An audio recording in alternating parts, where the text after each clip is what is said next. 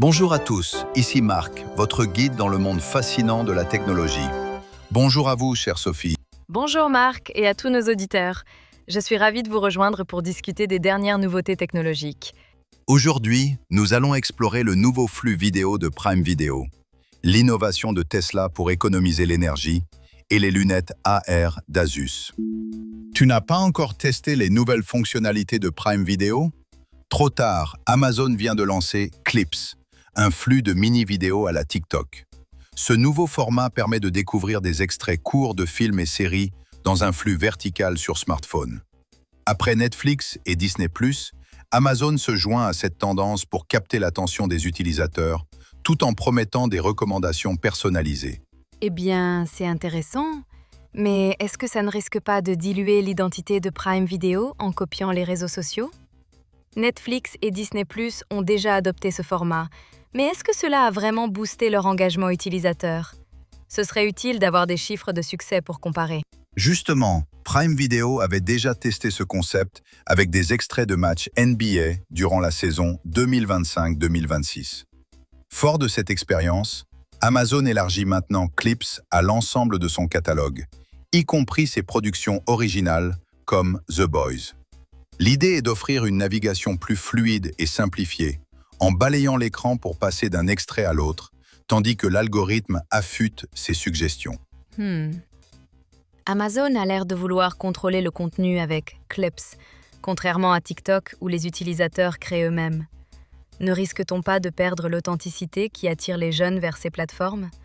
D'autant plus que, pour l'instant, cette fonction ne permet pas de créer ses propres clips, ce qui pourrait limiter l'engagement. Tu marques un point, mais il semble qu'Amazon souhaite avant tout promouvoir ses contenus et augmenter la consommation sur sa plateforme. Les clips ne servent pas seulement à divertir, ils incitent aussi à regarder un programme complet, à s'abonner ou même à louer du contenu. C'est une stratégie de monétisation subtile, mais potentiellement efficace à l'échelle internationale.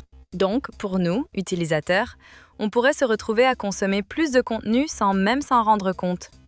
Quels seront les impacts concrets sur notre expérience de visionnage? On parle d'un changement de paradigme où Amazon nous pousse vers un contenu, même sans réelle prise de décision de notre part. Exactement. Et pour renforcer ce système, Amazon a ajouté des outils de partage permettant d'envoyer ses clips par message ou sur les réseaux sociaux.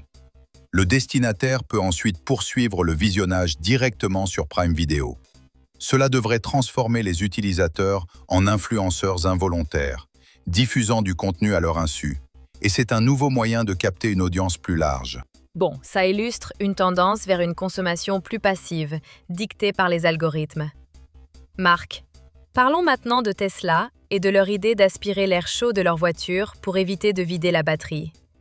Une autre innovation qui pourrait transformer notre quotidien, mais dans un tout autre domaine.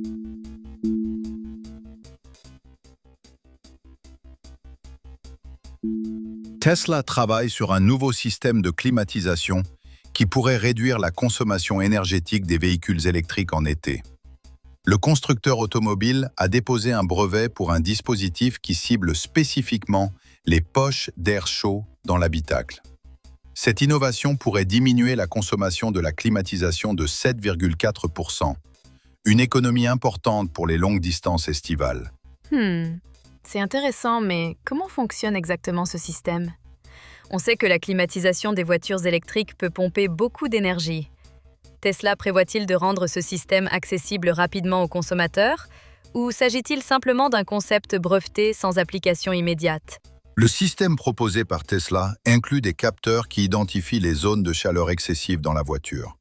Ensuite, un mécanisme d'aspiration récupère l'air chaud des zones ciblées, le traitant pour le réinjecter refroidi.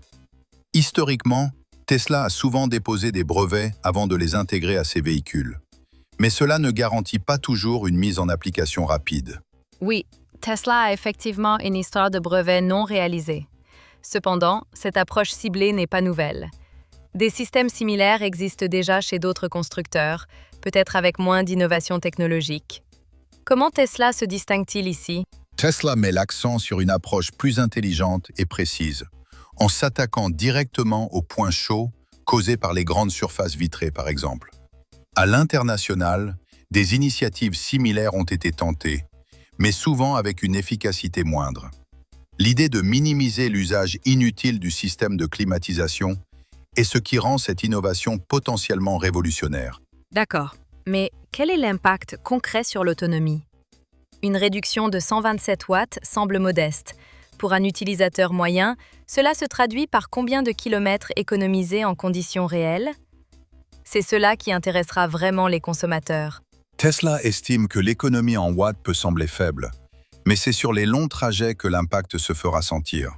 Sur des milliers de kilomètres, chaque petit gain compte.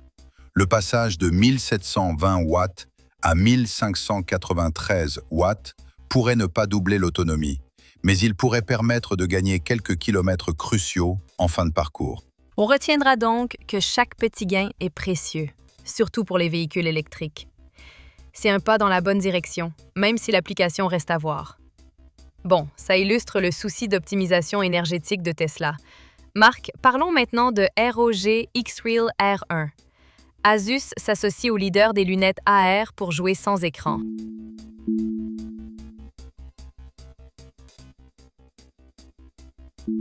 Asus s'associe à X-Real pour lancer les ROG X-Real R1, des lunettes de réalité augmentée conçues pour le jeu vidéo.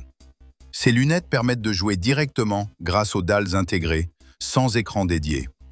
Présentées au CES de Las Vegas en janvier, elles arrivent en précommande au prix de 849,99 € avec des livraisons dès le 10 juin 2026. Un partenariat stratégique pour Asus et X-Real qui vise à se démarquer sur le marché des lunettes connectées. Intéressant. Mais comment ces lunettes se positionnent-elles par rapport à la concurrence? X-Real a peut-être une longueur d'avance sur des modèles comme les Meta Ray-Ban et Samsung Galaxy Glasses, mais cette alliance avec Asus peut-elle réellement bouleverser le marché? Les joueurs sont souvent exigeants en matière de performance. Que sait-on du potentiel de ces lunettes? Justement, les ROG X-Real R1 sont dotés de dalles micro-OLED avec une résolution de 1920 par 1080 pixels par œil et un taux de rafraîchissement de 240 Hz. Le constructeur clame un temps de réponse de 0,01 millisecondes et une latence de mouvement photon de 3 millisecondes. Ces spécifications permettent de simuler un écran virtuel de 171 pouces, offrant une immersion impressionnante pour les gamers. Historiquement, X-Real a déjà collaboré avec Google sur Android XR, ce qui soutient leur expertise. Ah ouais? Mais un écran virtuel de 171 pouces, est-ce vraiment utile pour tous les types de jeux? Et puis, la connectique semble assez standard, avec un port USB et un dock avec HDMI et DisplayPort. D'autres solutions, comme les casques VR ou les setups multi-écrans, offrent aussi un bon niveau d'immersion. Est-ce que l'approche d'Asus et X-Real apporte réellement quelque chose de nouveau? Tu touches un point crucial. Les lunettes pèsent seulement 90 grammes, avec 3 niveaux d'ajustement pour le confort, ce qui est un atout. À l'international, des marques comme Meta et Samsung développent aussi des lunettes AR, mais avec un focus différent, souvent plus orienté vers la connectivité sociale. Asus et X-Real ciblent spécifiquement les gamers, un segment potentiellement très lucratif. L'ergonomie et l'immersion pourraient donc séduire ce public exigeant. D'accord, mais comment ces lunettes vont-elles impacter le quotidien des utilisateurs? Les gamers sont-ils prêts à investir 849,99 € pour cette expérience? Cela change-t-il vraiment la manière de consommer les jeux, ou reste-t-on dans le gadget futuriste? Pour l'instant, la question de l'adoption massive et de l'usage réel au quotidien reste en suspens. Qu'en penses-tu? Eh bien, Asus mise sur un lancement attractif avec des précommandes et des livraisons rapides dès le 10 juin 2026. Il est clair que cette stratégie vise à capturer l'attention des early adopters et des passionnés de technologie. Cependant, pour un public plus large, la barrière du prix et l'usage quotidien devront être surmontés. Les lunettes AR ont le potentiel de révolutionner le gaming, mais cela dépendra fortement de l'expérience utilisateur finale et des retours initiaux.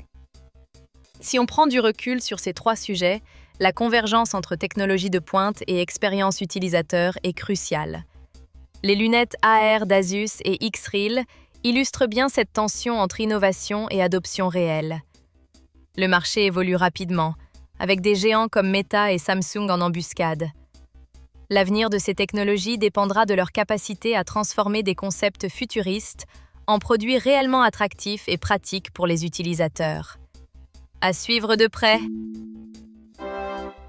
Ces innovations montrent bien à quel point la technologie façonne notre quotidien.